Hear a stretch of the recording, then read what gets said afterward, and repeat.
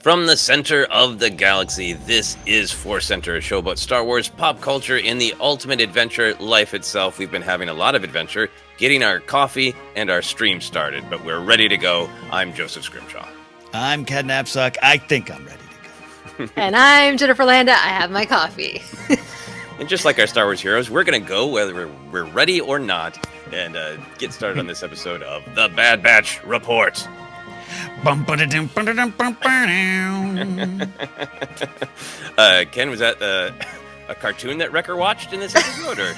It was a high adventure, slightly a popular 80s television show that we don't address as much, theme music. It was a car jumping. You got to jump the car. Yeah. I know that one, yeah. I also thought of that show and debated whether I wanted to say its name on air or not. So I think you've made the decision for me because that jump was totally of Big that jump. particular 80s show. Wow. Yep. I was a big fan. I had all the matchboxes. Me too. I had the cars too, and I had no adults pull me aside and say, "That's what that car means." I know. And it's like, "Hey, wait, what?" Anyway, the 80s, everybody. But we are not here to discuss a show from the 80s. We're here to discuss a show from this year. What year is it? 2024. It is season 3, episode 12 of The Bad Batch, entitled Juggernaut. Directed by Stuart Lee, written by Ezra Nachman. Story editor, as always, listed is Matt Machenovitz. Let's get right into it. Ken, what was your overall reaction to this episode? Love it, like it, struggle with it, accept it for what it was? I accepted it for what it was, a burst of Star Wars action that I think I really needed, that I really enjoyed and had a lot of fun with, which is interesting because I think it's bookended by some darker moments as has been, going on with the season. But I enjoyed seeing the team in action for a good cause. Yeah. Jennifer, how did you feel? Were you surprised? Did you enjoy it? I wish I had watched it on my TV. I was watching it on my phone in the doctor's office waiting room this morning. Not ideal. Not ideal. It was broken up in a few pieces, right? And I'm just like, there was so much great action. And of course, by the end, I was really drawn in. But overall, I liked it. I just wish I'll have to watch it again on my TV. Yeah, I mean, I understand this is how Christopher Nolan says you should watch films on your phone in bursts in doctor's office. That's what he demands. Mm-hmm. I had, I think, a better viewing experience, but I fought for it. I had an extremely busy day yesterday, and I was really exhausted. And I was like, at first I was like, I'm going to stay up until midnight. And then I'm going to go to bed at 10 and set my alarm for 11:50. But I really wanted to watch this one at midnight because as the show is getting to its last episodes, like I want to make sure that I'm really experiencing it as a fan to the best of my ability. So I got up at midnight. I got out my little tech action figure and pointed him toward the screen in case he returned, and enjoyed the episode that way. It was great to see the action on the television, at midnight. I really liked that the episode did feel like a return to Star Wars action and a return to earlier seasons of the Bad Batch with a version of the Batch doing a daring raid.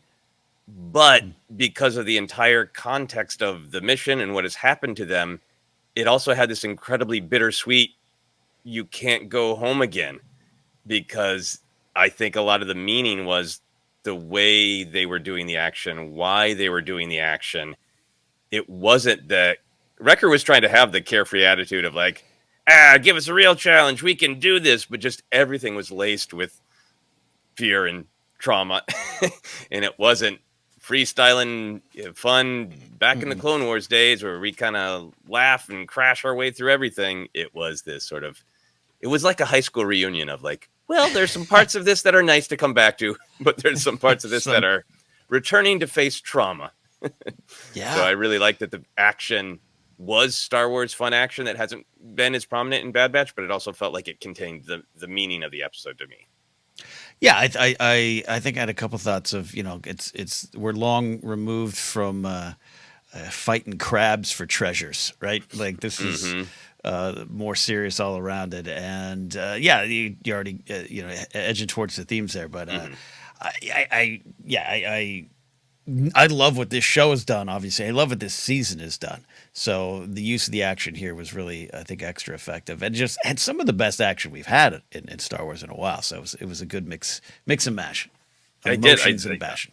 I said "whoa" out loud alone in my apartment at midnight. Yeah. Yeah, it was a damn good action. Whoa. Whoa. So let's get into the big ideas, the big themes. Ken, where did you start? What did you feel in your gut this episode was about? I mean, I think there's interesting themes of what captivity are pretty clear, but who's in the prison and what keeps you there, and do you change? I'm basically talking about Rampart and Rampart's beard. Of there was a moment I was like, oh, he's gonna go good. Oh no, he's still an a-hole. He's doing no changing. But the ideas of two people, Omega and Crosshair, really having to face fears for the benefit of others, right? That's been kind of this big thing, and this dueling banjo of stories with them, which is interesting. I love that it's kind of come down to Crosshair and Omega. That's not something I don't think I would have expected in season one, or can even come out of season one. So here we are, and him having to go back, and that little moment of a secret he had kept. It wasn't that he was lying or hiding information. He just, there might be a path forward. I just need to face my darkest fears. I don't know if I want to do that. And Omega has already done it for the benefit of the others. And then that opens up to even now more specifically, you get there with three, quote unquote specimens in front of her. So love that. Into the pit of darkness they go. Yeah, I loved all the layers with Crosshair and look forward to discussing them even more. But to see from last episode, to see how desperately he didn't want Omega to make the choice that she did to go back, supported her in that episode. But then to hear him talk about it like she was a hero, and she is, obviously, but like, yeah, she because when Wrecker pushes him, of like, well, why'd you let her go? And he says, like, she saved this entire city. That was just a really beautiful moment of seeing the complexity of Crosshair. We're like, of course I didn't want to let her go. Of course I didn't want to watch her take that risk. But now that she did it, I'm kind of sitting here in awe of her and being inspired by her. I just love the way he delivered. Like, yeah, she saved this entire village, this entire city. Jennifer, how did the episode strike you? What was your sort of gut reaction to what it was about? Yeah, I guess facing one's fear for the greater good, and that it's normal that you would not want to go back to this place that caused so much trauma. With our heroes, typically, and especially in movies and TV shows, they just put on the brave face and I can do this, right? And this was show really does it deals with it in a more realistic way, where even this hardened clone, it does not want to go back there. And I thought that was a really great choice on even Omega's expression when she's there. It's just like fear, like any person would have in this situation. It doesn't matter that they're heroes. So I really liked that. Yeah, it's extremely human reaction to facing fear. Yeah, because it is like, it's easy to face fear if you're not actually afraid. Right. That's the whole point of like, I am afraid and I'm going to do it anyway. I really agree with both of you. I thought that it had lots of great sort of levels to the explicit idea of facing your fear, but also, like Bad Batch always does in a really good way, kind of getting under the skin a little bit with almost a more mythic idea of the sort of not just passing through the belly of the beast, like the mythic sort of challenge of the underworld, but what like we pass through the underworld. We have to go back to the underworld is this extra level of bravery that you're both talking about. And I think it is that like, not the sort of first steps of your adventure of the dark cave. What's in there? I'm scared to go in, but I have to go in and find out. It's I bleep and know what's in the dark cave. Yeah. And we all have to go back to the dark cave. And I think they are all going back to the dark cave in the belly of the beast in this different way. I love that Wrecker kind of speaks for the audience and says, she went off, and Wrecker says, yeah, and they've got her again. Kind of underlines it, kind of maybe gets ahead of the audience member who's like, where are we going? They got it again. But then instead of that being like a flaw or a criticism, the show uses that return to give it the strength. It is a repetition, and that's the power of it. I was Googling just for Star Wars planet names for our canon talk of like, have we been to this planet before? And it popped up, which many other people might have recognized immediately, but I didn't know that the name of the prison planet, Erebus, is a Greek mythological figure and term. This is the part of Wikipedia I pulled out that had particular relevance. The name Erebus is often used by ancient authors to refer to either to the darkness of the underworld itself, or the subterranean region which souls of the dead travel through to reach Hades. and it is sometimes used synonymously with Tartarus or Hades. So I thought that was great to really reinforce this idea of Omega's literally returning to a place she doesn't want to go to, but I think Crosshair and the whole batch is returning to fears in places that they do not want to go to. So much of it is obviously, I think, keyed off by Crosshair's, like you were saying, Ken, his just not only his admission of he has a shaky last chance idea of trying to trust Rampart, but I thought it was a kind of a big emotional step forward to him, for him, that he says clearly to Hunter, because Tantiss isn't a place I ever wanted to go back to, and rubs his hand. Jennifer, how did you feel about Crosshair kind of getting to the point to be able to express honestly and, pretty openly that, like, yeah, they did horrible things to me there, and I have physical and emotional scars, and I don't want to go back to there. How did that affect you? It's like he went through therapy. To be able to express his feelings, to be that self-aware, to be able to vocalize it and not feel like he's being weak, that takes a lot, right? And obviously we know he didn't see a psychologist or a therapist. So who was that? How did he get to this point? Well, we know his relationship with Omega. It's just really, and the thing that's fascinating is that it feels very organic. It doesn't feel shoehorned in. This is the evolution of this character that we have seen over the course of this show. And it's just, it's fascinating. I would have never expected that. And I would have never expected him to come this far. Yeah.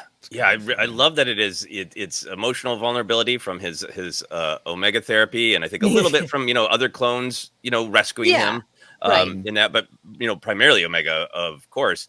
But I also like that he's still on a journey. He's not just kind of like boldly optimistic, but I think part of the reason that he also held this back was like, it's not a slam dunk. It means confronting Rampart, who we can't trust.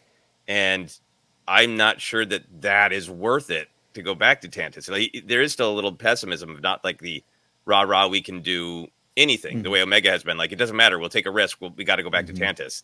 And he's like, I got this thing in my back pocket, but the odds are long. Ken, how do you feel about Crosshair's levels of emotions in not wanting to go back to Tantiss? I love it. It's the depth of Crosshair that is slowly rolled out on this show from season 1 till now, and we've talked a lot about. We had our Tech versus Crosshair subjective war last week, but it's just like why I keep being pulled in by his story so much. And one of the themes I had was this idea of captivity and breaking free, and Emerie's still in kind of a prison, and she has a great question asked to her, Emerie, Emerie, you don't have to do this. And I think there's a lot of, you don't have to do this. That's with Emerie, we're looking at more of you could make a better decision, but I look at it in terms of Crosshair of like, I don't want to do this. This is not necessarily the best, but I feel as though I'm going to make this choice to break free from this kind of emotional captivity that he's been in, to move forward and make a decision inspired by Omega and the greater good. Clearly a lesson he's learned. And believe it or not, it's Rampart has a great line. After all, we're in this together. I don't know if I trust him, but it is definitely a theme for the episode that Crosshair takes a big step forward with that. Yeah. I also felt like a part of what Crosshair was facing was not wanting to look fully, not only in his torture at the hands of the Imperials, but his time with the Imperials and what he did and the way they treated him. I thought he also he practically doesn't want to trust Rampart, but it felt like he did not want to face Rampart. And I think there was great subtle delivery on, he took an all say to Tantiss after we decommissioned Tapoka City. The way he delivers decommissioned is like he knows, like, when I participated in the slaughter of our home is what he means, but he can't quite bring himself to say it. The second Rampart sees him, Rampart tries to control him by using his number, not his name. So I think that there's a lot in just seeing Rampart that makes Crosshair have to face the reality that he did horrible things and that he allowed himself to still be a number, not a person. Ken, how did you feel about the way Crosshair, felt about and confronted Rampart himself? If that was a part of Crosshair facing his multiple layers of fears. Yeah, no, it's that's why I was fascinated by the fact that Rampart doesn't immediately go good, right? And it's not even quite the comical effect of Hux going, "Yeah, I just want the Empire to lose because they wronged me." It's just he's still Rampart, and that means a lot to Crosshair in terms of the damage he caused. So I like the exchange. I like the use of the number. I like that Rampart is still Rampart, if that makes sense for the story of Crosshair. That it isn't a all is forgiven, happy reunion. Can't be. Yeah. I kind of felt like, I agree with you that there's a lot in this episode about captivity and choices, and as always. But I also felt like Rampart is just an a-hole. And like there's a lot of, I want to talk more about sort of Imperial machinery and the way people get caught up in that. But it feels like if the Republic had never fallen and there was a new age of glory and beauty and peace, Rampart would still be a little piece of blank. That's who that guy is, which was really fascinating to me. Jennifer, how did you feel about sort of the Rampart part of the story and Crosshair's relationship to him? This is where I have the memory of a flea, because I was like, oh, this guy, he obviously has a history with Crosshair. And again, I'm in the doctor's office. I'm waiting for my turn. I didn't have a chance to go back and see where I've seen this character before. I was like, he reminds me so much of the villain of the guy in Rapunzel. I was stuck on that. Like, why I needed to go and like figure out. I'm like, oh, okay. There's obviously a backstory that in my watching history that I forgot about. So yeah, he seems like a real jerk. Yeah, A little bit. An ongoing challenge in these eras of Star Wars storytelling is to make, I think, the Imperials unique enough that we really remember them, and the First Order officers as well.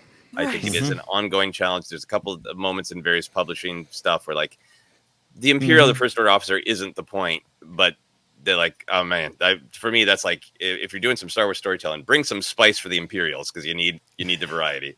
Yes. Yeah, to keep them different.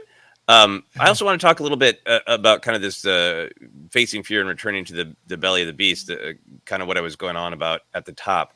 I feel it is a little bit that way for Hunter and Wrecker because they have been here before for months, pulling on desperate strings to find Omega. They've been on the run since the Clone Wars, with the Empire getting stronger and stronger. And back in the Clone Wars day, they would just bop into any separatist facility and there's just like no fear, right? They were the best of the best, and they always found their way out and, racked up their victories with the scratch in the wall. And I think they're so wounded by reality that dropping into a really secure Imperial facility isn't just like easy breezy for them. There are high stakes. I think the fact that there was a possibility of Wrecker falling was extremely reminiscent of, hey, the last time we bopped into a highly guarded Imperial facility, we lost one of our own. So I felt like a lot of that action had this sort of, that's what I meant about kind of can't go home again. This used to be, this kind of episode in season 1 was kind of bouncy and fun and we can do anything. Quippy. And it felt, even for Hunter and Wrecker, laced with fear. Even down to like the great scene of Fee dropping them was like, that's kind of where they're at emotionally. They're free falling and having to face trauma that this is not as low stakes or as easy as it used to be. Ken, how do you feel about those ideas? Yeah, there was a legit pause in my soul that this might be Wrecker's end, and that speaks to what you're talking about. Do I if you were to pull back or stop eating my breakfast burrito while I'm watching this and really think about it, I don't think Wrecker would have died here, but because of not just an episode that we all had our hearts broken over, but just what you're talking about, the journey here so far, you have to be aware of it. The stakes have been raised and the costs have been felt before, so. Just the way they're highlighting Wrecker, he tosses Rampart, by the way, in a really effortlessly, which is it can't be easy to do, even with a string, because it's a limp human body. Just boom, but nothing to Wrecker. The way they zoomed in, just a little bit of focus on Wrecker, I thought, oh no, this could be it again. right? And I just think that speaks to the pain we felt before. So it is, yes, I think you're right. It is even more important for Wrecker and Hunter to realize we have to do this again. And it's a different feel. And like I said earlier, there's no happy, scrappy crabs chasing after them on the beach. The stakes are raised forever. Yeah, no, there's a little bit of banter, but it isn't light and easy going. Yep. Jennifer, were you worried for Hunter and Wrecker? Did you feel the sort of tension of this isn't easy for them anymore? I felt like at first this felt very reminiscent of the earlier season, right? Sure. And so right away I kind of just was like, I don't want to say zoning. This is terrible. I was kind of zoning out. I'm like, okay. But then there was a moment where it clicked in with me where I was like, oh wait, no, the stakes are the stakes are high. This is crucial. And then I got worried and I was like, oh no, could this be the end for Hunter or Wrecker?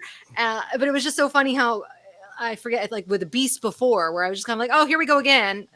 Fun action scenes. Oh no, this is not a fun action scene. This is not a fist pumping kind of action scene. This is oh crap, my heroes, one of them could die. Like this is serious. So it was a journey. I think I'm also being affected not just by the tech memories, but by they've had a lot of fails this season. Like the main crew, right? I mean, I'm forever going to be thinking of that shot that Crosshair didn't quite make last episode. Of just like that's me facing my fear of like, what if the tracker falls in the ocean? Ken, what were you going to say? Oh, Jed, I'm with you. I don't want you to feel alone. Often, sometimes, like an action sequence like this, when it's still going, my mind immediately goes, "Oh, great, a chance to respond to some emails," and it's not even that I want to do that, or this is our job to review things and dive into it. But sometimes it's like, got Juggernaut's doing things. Okay, it's just the problem of life right now. So don't beat yourself up. But it's a wonderful sequence when you revisit it. Yeah, I think for me, I perk up because I think sometimes action scenes are like, let's fill the quota. That's a part of Star Wars. So let's keep it coming. And as a fan, sometimes I'm like, yeah, it's the Adventure CO roots. Keep the action coming. And I think I kind of perk up to be like, does it support what I'm feeling emotionally or not? And I think that's why I engage with them. If I feel like an action scene is like, yeah, I get it. Like there's some episodes of the Clone Wars. I love the Clone Wars. But there's some episodes where it's like, I know what's going on, and now it's just, oh, that's a lot of lasers. Oh, that's a lot of clones who died. And sometimes even watching with my wife, she's like, oh, I love these episodes. That one was a lot of shooting and falling.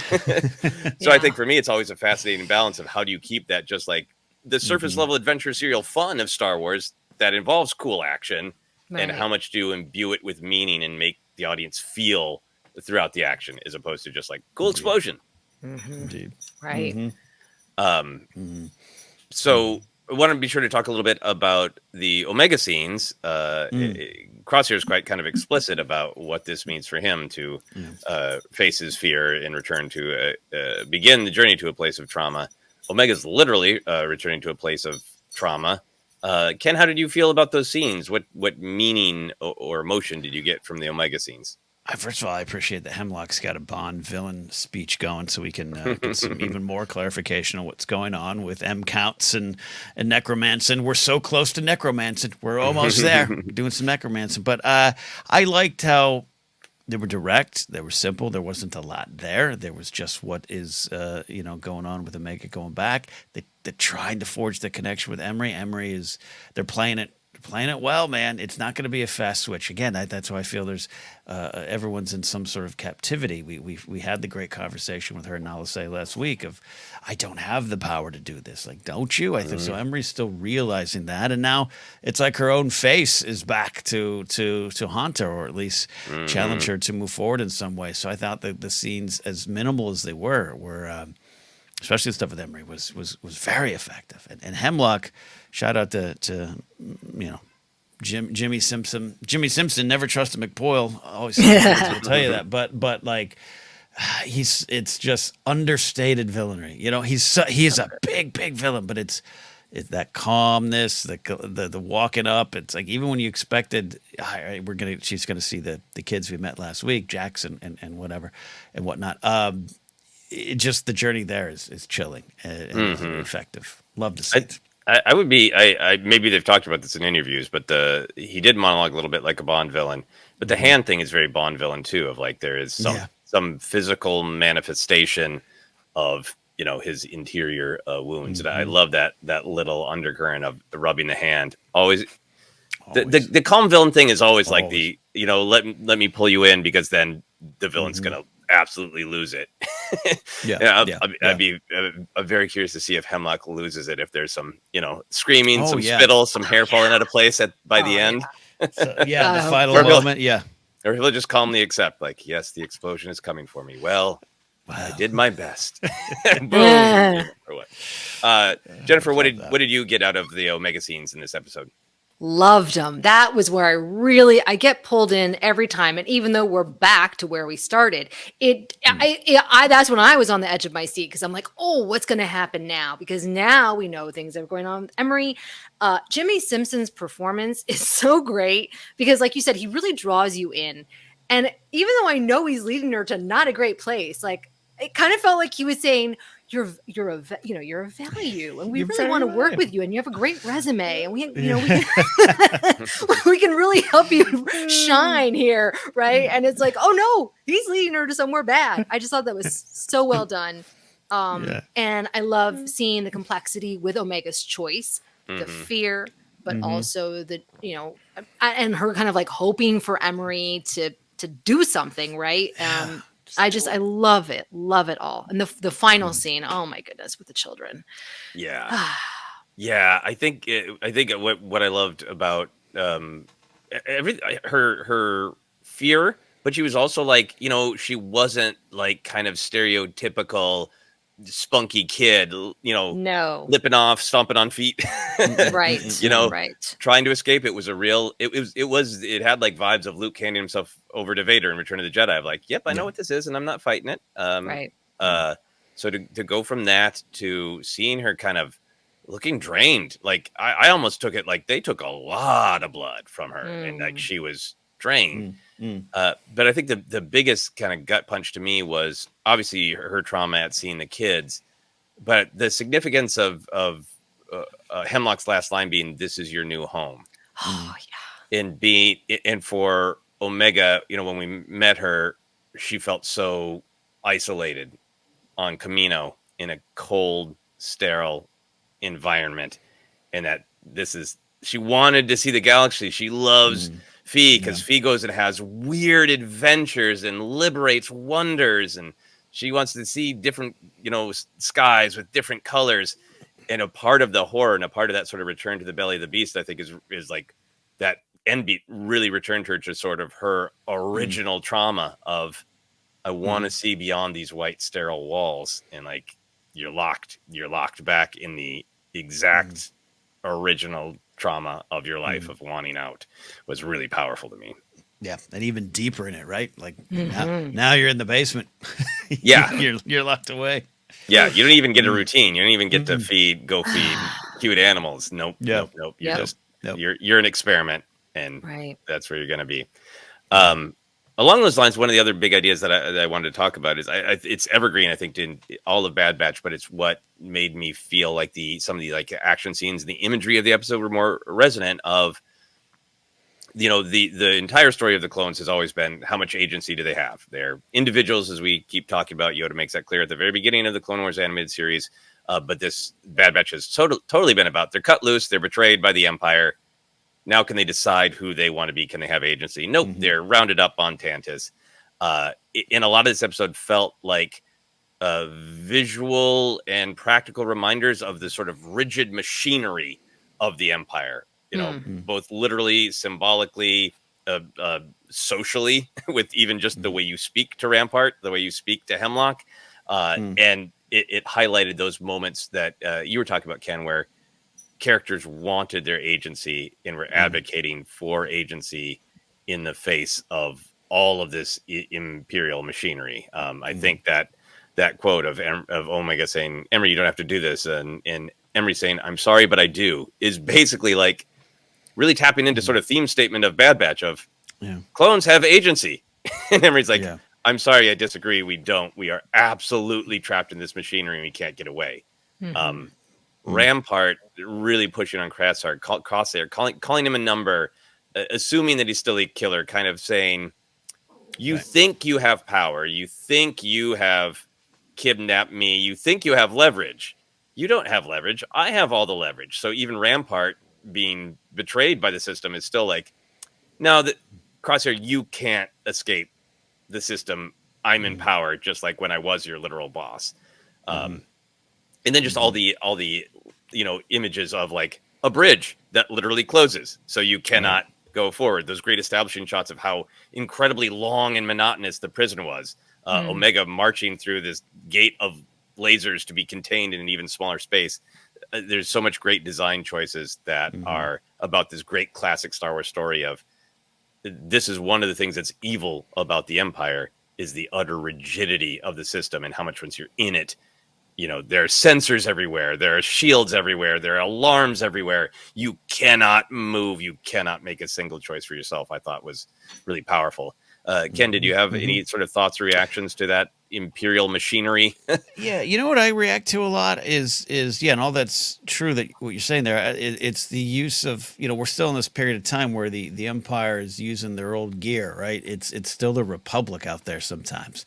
The shift is well into its process, but with TK troops having bad days, not unlike battle droids back in the day. But just seeing the troop transports, the drop ships, seeing the Juggernauts. Yes, we're familiar with them as prison ships, but they were there on Kashyyyk to defend it. And to see that that's all now part of this restrictive machinery.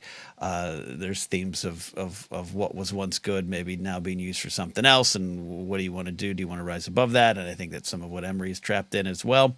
But yeah, that is not lost to me. It's just a byproduct of the era, sure, but the way it's used, the way it's presented is really effective to me, to reminding me of the nature of the Empire at this point in the galaxy. The story. Jennifer, how did you or Mala feel about about the sort of Imperial machinery and feeling choked? It made me feel a little choked and just kind of, it's just like so sterile, is why I think I had a hard time in certain sections really focusing, because aesthetically it's just not, I don't like it. It makes me upset, right? And it was also, this might have been my phone, it was a little dark in the earlier scenes. And I was like, I need to turn up the brightness. I just couldn't see a lot. So that's where, again, I think watching it on a TV or even a computer probably would have been better.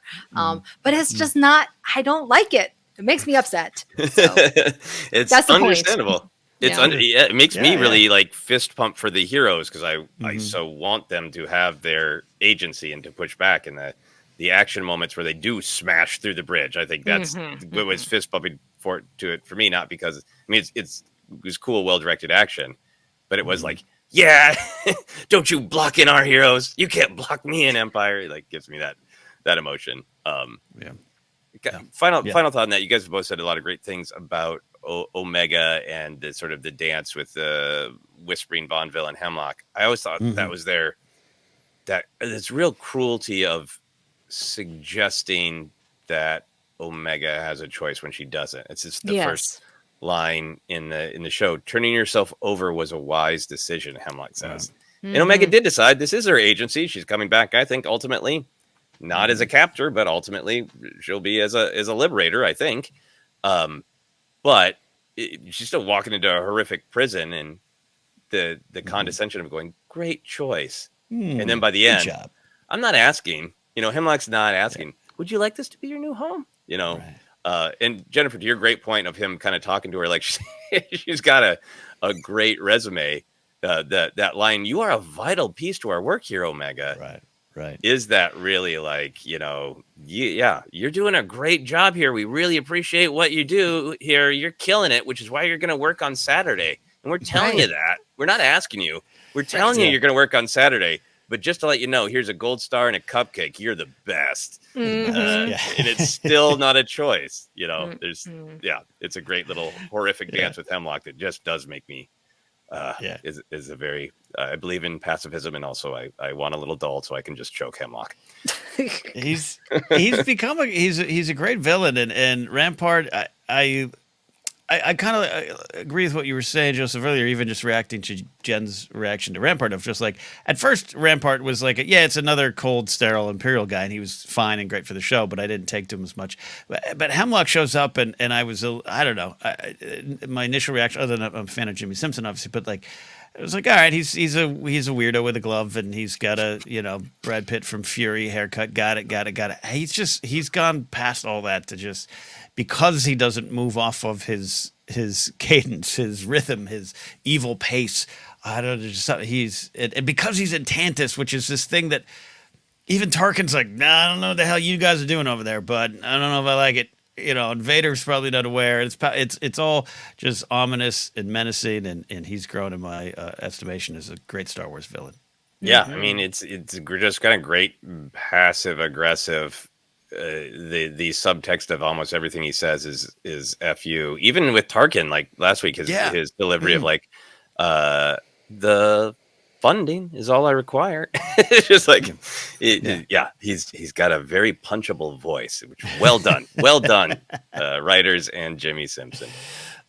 Any other big picture thoughts from you, Jennifer? No, I don't have anything. I really do like Hemlock. I wish that he could be in live action. I wish Jimmy Simpson could bring the character to live action. I think that it would be really great because he tricked me. Like, I know who he is. I know he's not leading her to a good place, but he's making her feel special. And I thought, oh, maybe he has a special job for her. Oh, maybe I literally, right? Yeah, exactly. When he led her to the place, I literally gasped. I went, oh no. Like as if I didn't know that that's where he was leading her to. Like, what a great performance. Yeah, I knew he was taking her to the kids, but I also kind of felt like, is he going to show her some big secret? Like, is he going to show her like a wizened, half naked, bad Palpatine clone? Yep. Yes, I'm sure the three of us are not alone, but I had that much like that 2% half beat of Recordine. I had a vision of just like, hello, like exactly. Oh no, but yeah. So I'm glad it was the poor kids in the captivity. We've only managed to clone Palpatine's left leg, but we'll get the rest with your help. Yeah. Any other big picture thoughts from you, Ken? No, I think this was kind of a direct episode, and that's not a bad thing. I think this is what was exactly needed as we're heading into we're not even we're past the back half. We're deep into the back nine of this golf course, and I think this was an episode that just was like, yeah, here's what's happening. Here's the stakes, and we're moving it forward. And the fighting's gonna have to happen at some point. We got some Juggernaut on Juggernaut action, which we'll talk about more in the action sequence stuff. But yeah, I'm happy with this episode being as direct as it was. Yeah, I really agree. I think it was I'm never going to say this was, one of my favorite episodes of Bad Batch ever. I think it was a very direct episode, but I appreciate that even in a really direct episode, they put so much work into making the audience feel it. And I think, having Omega get the horrific manipulation from Hemlock, and seeing Rampart not want Crosshair to have any power or agency, those things, seeing the kind of fear of like, it ain't as easy as it used to be for the Bad Batch to just bop into Imperial facility. All those feelings that are generated by this episode, I will carry into the next episodes and make me want to root and fist bump even more for the heroes. Absolutely. All right. Well, we're going to take a quick break, and we're going to be back to talk about tanks and all sorts of great fun back in a moment. And we are back, continuing to discuss Season 3, Episode 12 of The Bad Batch, entitled Juggernaut. Hey, the title of the episode is a tank, but maybe it has some other meanings, too. We can discuss that. So we love discussing the canon, the lore, the connection to other stories. Really, like one of the main characters. They always say Sex in the City. New York's really one of the characters. I think in this episode of Bad Batch, those tanks were one of the characters.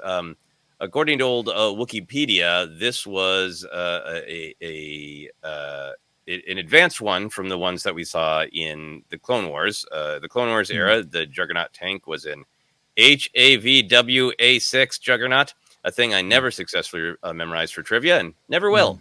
In the Mandalorian era, the episode on Morak, we see what Wikipedia tells me is an HCVWA 9.2. I think Yes. that's for me. That's where my knowledge to know Star Wars trivia ends. Was like when it sounds like an air conditioning unit, I'll just call it a Juggernaut tank or a turbo tank, and I'm good with that.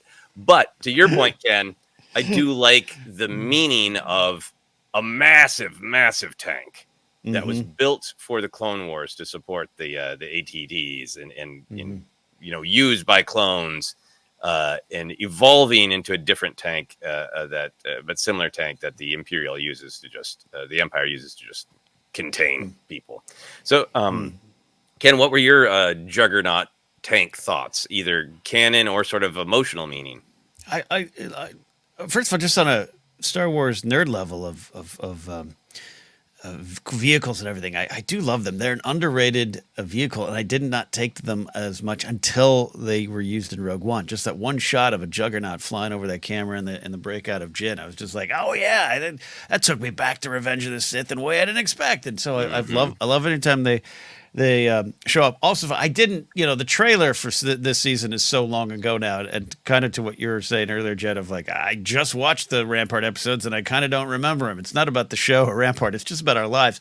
I sat down to watch this episode and the title comes up, Juggernaut, and we probably talked about this title. We probably talked about the Juggernaut in the trailer, because now I remember it was in the trailer.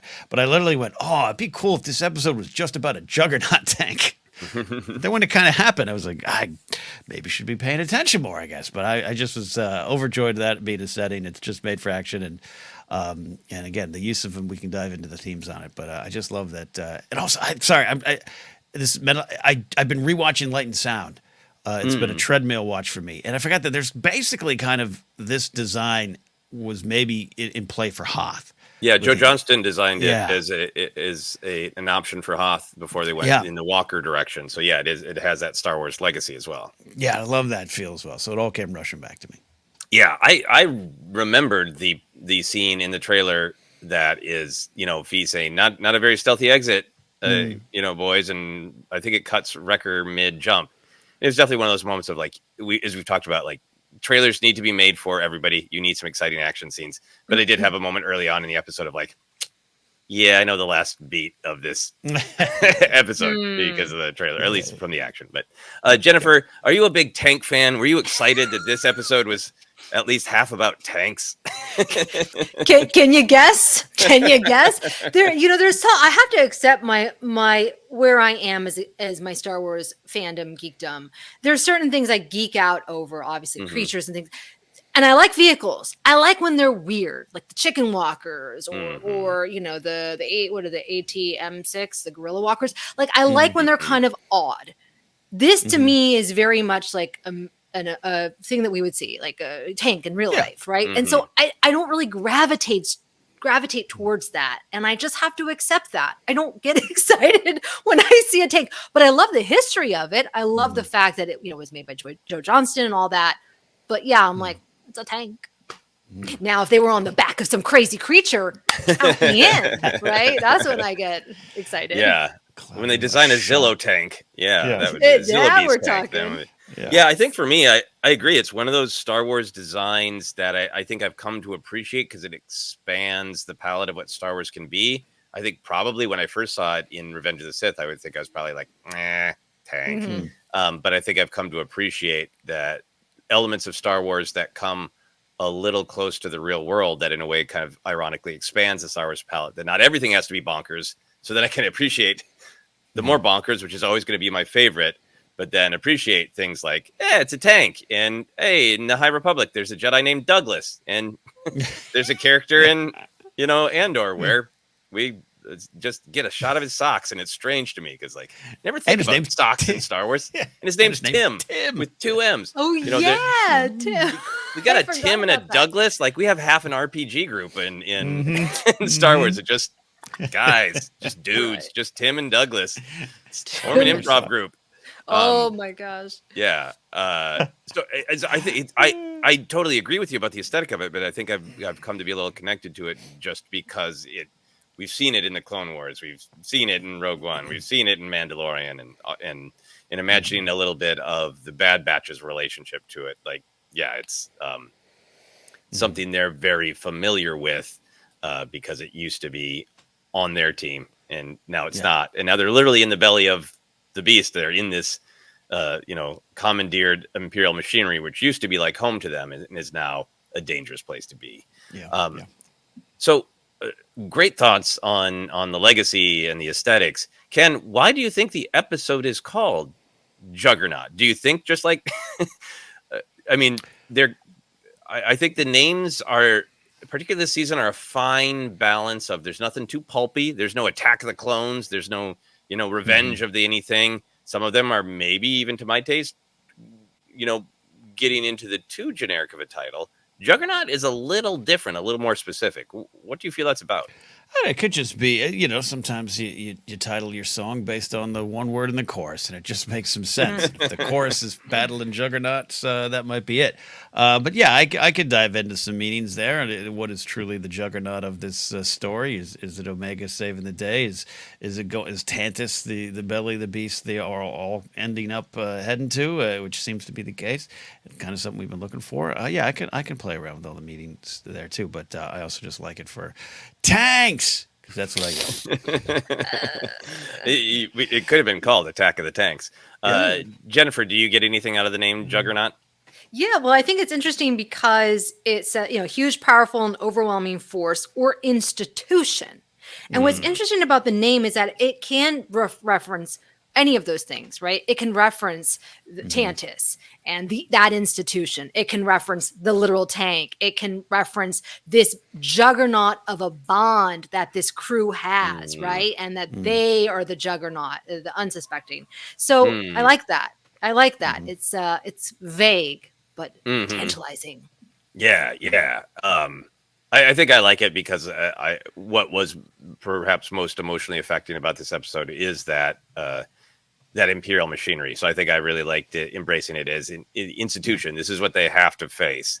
They haven't talked about it as much explicitly this season, but it was the tension with Echo in season 2 of like, we should turn and face the Juggernaut. We should fight the Empire on some level, and kind of coming to the decision of like, okay, well, we can't take the Juggernaut of the Empire down, but we can at least do right by our brothers and go around saving them. So I think a lot of the ideas of Bad Batch, or who are the clones going to be, what are they going to do, is like, how do they face the Juggernaut? And this is of the Empire, and this is an episode where like, it's part of the reason Crosshair is like, yeah, we have to break into an Imperial facility and talk to a little Imperial weasel who's going to lie to us. We have to poke the Juggernaut of the Empire to do this. And I think that's where it hit me emotionally. But I agree with the band name assessment of like, why is that band called Nirvana? You decide. You decide. Yeah. It's not a lot of canon stuff. For me, it's fun to see an Imperial prison planet, and the lakes on Erebus had this kind of multi-colored shimmer, like Rhydonium when it explodes. So it's like, maybe they're mining Rhydonium, and maybe something more will blow up yet. Ken, prison planet thoughts? I'm with you on the Imperial labor camps. Fun to see them as well, even though it's a absolute horror, and it's been explored. But even going back to Rogue One, the first time I think we really spent some time with them, to my memory, not counting books or comics. Love that. And then from Mandalorian to of course Andor being the one that's perhaps the most affected. It is part of their system, and it should be treated and feared as such. Yeah, absolutely. Jennifer, you have any thoughts on Imperial prison planets? I like it. I especially like it with Andor. It made such a great storyline. And I like the name Erebus. I immediately thought of Cerebus, right? That's the dog. Is it the dog? Yeah, the three-headed dog. Yeah. A monster, basically. So, yeah, I like it. Yeah. That's all I got. It was nice to see all of the different beings on the planet, and in a episode that I think did focus on agency and being trapped in the machinery. I do love that they're like, yeah, free them, cause some chaos. Let's see what the Trandoshan can get up to. Really, the only other kind of canon thing for me is the sort of internal canon of Bad Batch that almost every episode continues the tech references and really keeping him alive, and is such a powerful part of season 2 was Fee and Tech falling for each other a little bit. So I really liked checking back in on that. I liked Fee saying, "You must be Crosshair. Tech told me all about your sparkling personality." Any friend of Brown Eyes is a friend of mine. Hearing that nickname for Tech was great, but also just her saying, "You must be Crosshair. Tech told me all about your sparkling personality." You know, we get to see it a little bit, but they spent a lot of time on Pabu, and I think Fee and Tech went on a lot of just walks around the island, and Fee just grilled him about his life. I think they went on many first dates, and that it was evocative of that for me. Jennifer, how did you feel about the ongoing Tech references, or these in particular? It was sad, and it was sweet that she had like this kind of little pet name for him, and that he confided in her. Like, it just speaks to their relationship. It's just, I mean, it's such a small moment, and yet it says so much about that character. I really agree. Ken, how did you feel about Fee talking about old Brown Eyes? Yeah, it was good, sweet, and I just was glad she didn't like turn a little bit to her right on Pabu and see the Tech goggles on display there. But yeah, and I know we had a discussion on the previous episode about is Tech 2.0 still in play, and I know CX2 is considered a new character, but you know what? My iPhone 14 is not considered my iPhone 13, so a Tech 2.0 would be a new character in my mind. But this was a week where I felt less and less like that, because it just seemed like the presence of Tech was felt, and that's kind of where they're leaving it. Yeah, no, I think that I don't have any new speculation. All these references could just be honoring the actual loss. It could be keeping him alive in the audience's heart, so it is more powerful when there is some Tech storytelling. Yeah, and I think with the sort of CX2, people kindly tweeted at us the Jennifer Corbett head writer saying that CX2 is a new character. I feel like there's still wiggle room. I think for me, the main thing with CX2 is I think we've spent a lot of time with that character. I think if there was sort of nothing to it, just pop that helmet off and let us see that he's a reg. Yep, exactly. Maybe there is not a big reveal. No Cody, no Tech, no cross Tech super combo of the entire Bad Batch. I don't care if it's a mystery answer. Yeah. But we spent enough time with that character. I want some emotional resolution. I want there to be a reason other than he's just I feel like the way the story has been told, it has built up my expectations that there's a story there, not that he's just an antagonist, simply an antagonist. If he has no new identity, I still want him to have a character as the antagonist of this season. Yeah, I agree with that. Yeah, the camera angles don't lie. It's just like when you have like a celebrity cameo, they do that nice zoom in of the celeb, right? Because you're like, oh, that's Robert De Niro or whatever. They have done so many close-ups of his helmeted face that I'm like, he is important. I'm Tech 2.0. I'm not giving up hope. Yeah. or fear. We've spent time on his perspective. He thinks Crosshair was weak to walk away. He's desperate to prove himself. Like we're getting to know who this character is up to a point. So can't wait to find out all the rest. Pop that helmet off and discover it's Hondo after all. Can't wait. Surprise. So let's talk favorite moments. We could talk about action. There's a lot of action. I think there were actually a few more kind of comedy and whimsy moments. Certainly some great heartbreaking drama. Ken, where do you go? What were some favorite moments for you? Yeah, again, Juggernaut on Juggernaut action here. This is two behemoths shooting at each other, running at each other. I loved all the action there. Just something, like I said, fun Star Wars stuff going on there. I love their weaponry, the little rockets that come out. This is like a play set you want as a kid. Like, this is the set you want. So a lot of people are talking about the Juggernaut jump, as they should. It was all cool to me. And like I said, it was a little burst of Star Wars action that I needed. Not that I've been missing it or I think Bad Batch has been without it. It just was every once in a while you're reminded of the playground fun you had. And that's what I took for a lot of those moments. Yeah, no, I mean, I think like that fight with Asajj is some of the best Star Wars action, but this is just kind of that was Asajj just putting him in the place and getting him to shut up. Asajj settling down some rowdy boys. This it was high stakes action, so I thought it was really great. My favorite part of the tank on tank action was the taking out the wheels. You know, the heroes knowing how the tanks work better and seeing it crash, and then that just beautifully illogical tank jump. Like I don't know how Hunter got in the air, and I don't care. It was great. Yeah. Jennifer, how did you feel about some of the tank action? Were you thrilled by it? It was fun. It was fun. I gotta go back and watch this and give it a proper viewing. I mean, because I just was really every time I think about the episode, I think about the end, which is my favorite. Yeah. Well, tell me a little bit about that. What were the beats that grabbed you in that? I'd say I really love seeing Emerie's relationship with Omega and seeing how it evolves. And I just want her to like give her a hug. I just want them to for Emerie to finally come over to the good side. Right. But it's a fun little dance that keeps happening, but just those little glimpses of, I'm glad you're okay, or whatever she said, I'm glad you're safe, something like that. I like that. I think it's intriguing, and seeing Omega kind of figuring out what is happening in this relationship. And I loved the note, as depressing as it was, seeing my little kids again in that terrible room and seeing my Omega going into that room. But then I was left with this like hope, which was surprising, because I'm like, oh, she's gonna make something happen, right? And she's gonna rally these kids and they are gonna bust out of here. And I got really excited. I'm like, oh, this is setting up for the next beat. So even though it was quite depressing, I liked that I felt that hope.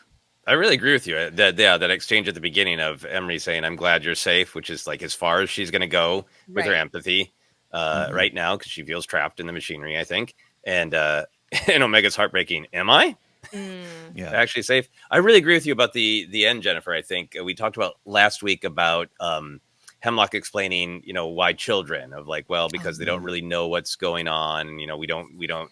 Most adult Jedi or high M count subjects specimens are gone anyway. But also for me, I was talking about filling in that sort of fear of Palpatine's like, no, don't put Quinlan Voss in there.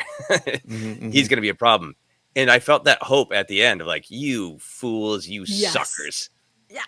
She's not, biologically or maturity level like a full adult yet, but this whole story is about her coming into her own, right? And they have unleashed a danger to themselves by putting her in there. I mean, I think the second she sees that doll, she knows she's got Emerie, right? Exactly. Before, when she's been trying to get through to Emerie, I think it's just kind of hope, right? Of like, you're one of us, you're my sister. How could you not believe these things? You should believe these things. Once she sees that Emerie gave Ava that doll, she'll be like, oh, I gotcha. You're going to help us. You're going to help me. Yeah. So I really agree with the hope. Yeah, I think this whole series ends now with the door opens and it is Quinlan Voss, and they're like, all right, you three kids go. You're on the path. The path coming next fall. That's the spin-off right there. It's coming. It's coming. Couple of little action things I enjoyed. I always like fights in high places. Now I'm a little traumatized with tech, but I did love the TK troopers just being hurled off the tank. Oh yeah, from a distance. Good. Yeah, Stormtrooper Day. Wrecker saying we're running out of road, and like some of the roads I've driven on in Los Angeles recently, I feel a little too close to that. Crumbling road, no guardrail. So I thought that was absolutely great. Very funny seeing Rampart's body just flung like a sack of potatoes. Not easy. Yeah, not easy. Ken, what were some other things for you? There, in the Stormtrooper sequence when they're on the tank and everything, there was the one that's like he's fallen, then he hangs on the side, and then he gets actually knocked off. From Indiana Jones to Solo, through all of action movie history, we always got the hero is about to get knocked off that gets pulled back up or saved, right? And I like to see like, oh, that's what happens when you just get sheared off at the side. just boop. Yep. I really like that. I also really loved Fee's stealth drop. It's not to make too much of it, but again, I think this episode is about agency and being trapped in machinery, and the fact that she's like a pirate and a rogue, and has that Han Solo, Poe Dameron, lots of other characters sort of like make it up as I go spirit. I know these secret tricks. And it was just, I thought it was actually just really well done to see like, oh, it's not like she's got some button that jams signals. It's like no, I cut out the engines and have to do weird pedal work. Yeah. And, seeing them fall fast enough that Hunter's helmet is floating, I just thought it was really well executed. Like I felt it in my gut. It was a nice ride. Yeah. I agree with that. Yeah. Other stuff, Ken? I enjoyed a little exchange there of Rampart saying, "Please, you're not going to kill me," and then Crosshair just kind of said, "Not yet." I hope that happens. I hope we see it. I don't know if that's too dark, but I hope that happens. Yeah, no, that'd be great. Any other moments for you that you wanted to highlight, Jennifer? No, I forgot about that. I like that moment. It still speaks to that he still is Crosshair. He's the Crosshair that we knew that he would say something like that. I liked that. And I loved that Stormtrooper moment, the Trooper moment where he's like on the side and just gets it doesn't give him a hero's death, right? There's no close up, there's no like tension. It's just yeah, it's just really, quite frankly, it's very real life. Right. Yep. And the ongoing story of like, yeah, no, you're effective because there's just too many of you, TK troopers, stormtroopers, but you're no Bad Batch. There. The last thing I wanted to share is I thought that there were a couple of great Wrecker comedy beats, Totally. which still not as sort of bold and brassy as before, but I liked it when the TK trooper asks about the people up on the top think anything, and Wrecker says yep for the big punch. Is great delivery. And Crosshairs, remember Plan 55? And that pause for just long enough to think, Wrecker's not going to remember. And he's like, oh, yeah. Right. That'd be me. Great stuff. That'd be me. Yeah. Anything else for you, Ken, or shall we move on? I just want to point out one thing. The Imperial standards falling. There should not be an officer with a beard. That is a violation of Imperial protocol and shows that, they were crumbling from within even from the beginning. I love that Imperial because he actually looked competent. And we've got a lot of sort of like Imperials that are sort of coded as sniveling, rich, entitled Nepo Imperial babies. Yep. And we've got a lot of the, I'm trying to use the right words for this because I think it is a trope that really needs to be examined, but a lot of the sort of plump, decadent Imperials who look like they are, are rich and wealthy and all that. We've had those sort of two extremes of the sniveling and the sort of decadent. So to see like that guy's actually scary. He looks like he works out and could find his way in the wilderness. He's actually scaring me. Yes. He's like that guy I see on social media with paid posts who eats raw eggs and got steroids but says he's natural. Yes. Yeah. I don't like Imperials who look like TikTok influencers. That scares me. Exactly. Yeah. No, he was good. Yeah. Jennifer, was there anything you disliked or questioned in this episode? That's interesting because I thought the same thing about him with the beard, and I was like, oh, he knows what he's doing. And I forgot that Disneyland, they don't let you have, well, at least they used to not let you have any facial hair. Yeah, I think the Empire is like Disneyland. Like I didn't realize that. I don't agree with it. My favorite baseball team, they only let you have a mustache, and no one should have just a mustache. But why? I don't know. What's the reasoning behind that? It's archaic. I got severely disciplined because I refused to shave my beard at work for a while.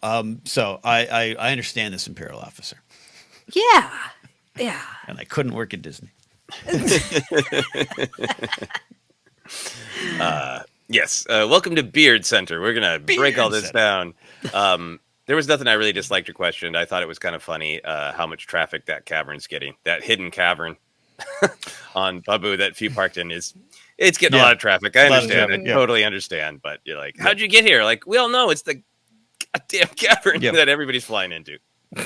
Maybe put a gate up. Maybe. Few sensors is it's our friend Alex Damon joking about that as well. Well, Ken, is there anything that we haven't talked about that you wanted to touch on, or do you want to do 5 more minutes on beards? Definitely do 5 more minutes. It was a great shape beard too. It's hard to get that shape.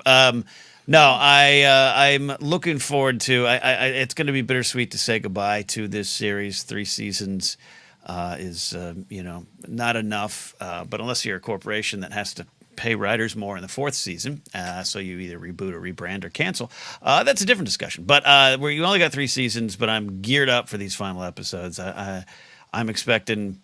Because there hasn't been, the reveals along the way, we're building up to some big reveals, some candid answers, some emotions. I still think some death of some sort.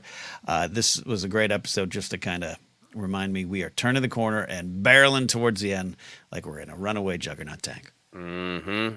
Agreed. 2 little things. I wanted to shout out Rampart's messed up flippy hair. Yeah.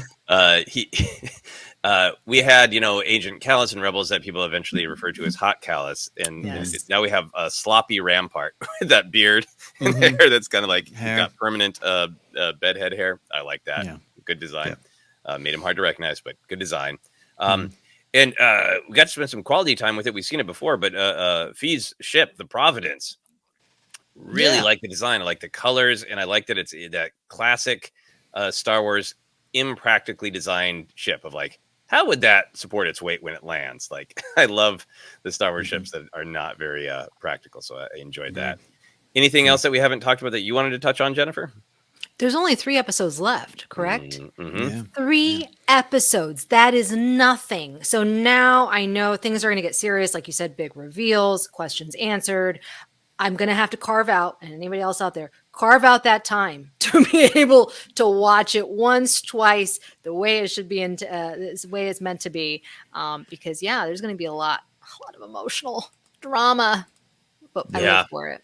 Yeah, I love how much that, all roads lead to Tantiss and the emotional resolution of the clones having, a victory of some kind that kind of maybe puts a little bit of a bow on the story of the overall clones. I think a lot of us feel that coming, hope for that, but exactly how it's going to manifest the destiny of our individual characters is so wide open. So it's really fun to be in this place where we can kind of feel the end note coming, but really don't know how we're going to get there. Is a great and exciting place to be. Totally. We always like to wrap up with a question about merch. Ken, if you could have a figure or merch of any character idea from this episode, who or what do you want? I mentioned the Juggernaut playset. That'd be something. But I'd like to, they have kitchenware that's Star Wars themed. Could I get something that's with the laser walls so that I could put something like maybe the bag of jelly beans I have is behind the laser wall and I can put my hand in there easily and it'll keep me from snacking all day. That's what I want. Some laser Star Wars kitchenware. I think that's great. I just want a good quality action figure of Sloppy Rampart. I think they made a Black Series of Rampart. I want Sloppy Rampart with the hair flip. Jennifer, how about you? Any merch inspired by this episode you'd like? I would like the Juggernaut, even though I'm not a big fan of tanks, but a Juggernaut tank, like a popcorn bucket, like how they have at Disneyland. Falcon. Yeah, because I have a mouse droid. I have a mouse droid one somewhere, and that's been great. And then you can use it as like a vase and put flowers in it, and that's very symbolic, right? To put like this tank with the flowers, very nice. Yeah, like the famous protest images of the rose and the gun. Like, yeah. Yes, yeah. Yeah, it'd be lovely. Put some lilies in the Juggernaut. Why not? Lilies in the Juggernaut. Beautiful. That brings us home. This great episode, Lilies in the Juggernaut. Ken, want to let people know where they can find us? We are ForceCenter. We're on Twitter, Threads, Instagram, and Hive at ForceCenter Pod. We're on Facebook at ForceCenter Podcast. Don't forget to subscribe on YouTube. If you listen, swing over there. Just give us a sub. If you're watching, hit that notification bell, sub. Do all those wonderful things to help this channel continue in a new decade, which is what we're in for us. Don't forget, we got merch available at tpublic.com/user/ForceCenter. You can support us directly at patreon.com/ForceCenter. Follow me at Ken Napzok or go to my website, kennapzok.com. For more, Jen, where can they find you? You can find me on my latest Jedi Beat, Carrie Fisher, on this channel, on YouTube, ForceCenter, or you can find me on all the social media sites at Jennifer Landa, TikTok at Jennifer Landa 1138. Love it. And Mr. Scrimshaw, you announced a lot of wonderful things with this short film, Nightmare Adorable, this week. I couldn't even keep up. What's going on? Where can they find you? Yeah, you can find me on all the social media at Joseph Scrimshaw, and you can check out my website, josephscrimshaw.com, for lots of stuff, including links to upcoming screenings of the short horror film we made called The Nightmare Adorable. We won a nice little award at a festival called Bloody Mirror, which was really nice. So we got accepted into a couple more festivals. So there's more news there coming soon. So that's all going great. And I'm really appreciative of everybody, including Ken, who helped out with the film, did a wonderful performance, and so many kind ForceCenter friends supported, literally financially, Nightmare Adorable on Kickstarter, and it's all really, really deeply appreciated. We should also say we've kind of had a clog of episodes coming out all at once. We also did a breakdown of Tales of the Empire trailer. Ken and I will be getting that out on the socials, but if you happen to miss that on the podcast or YouTube, you can go check that out. We'll get more about that out later. But for now, that is it. This has been the Bad Batch Report.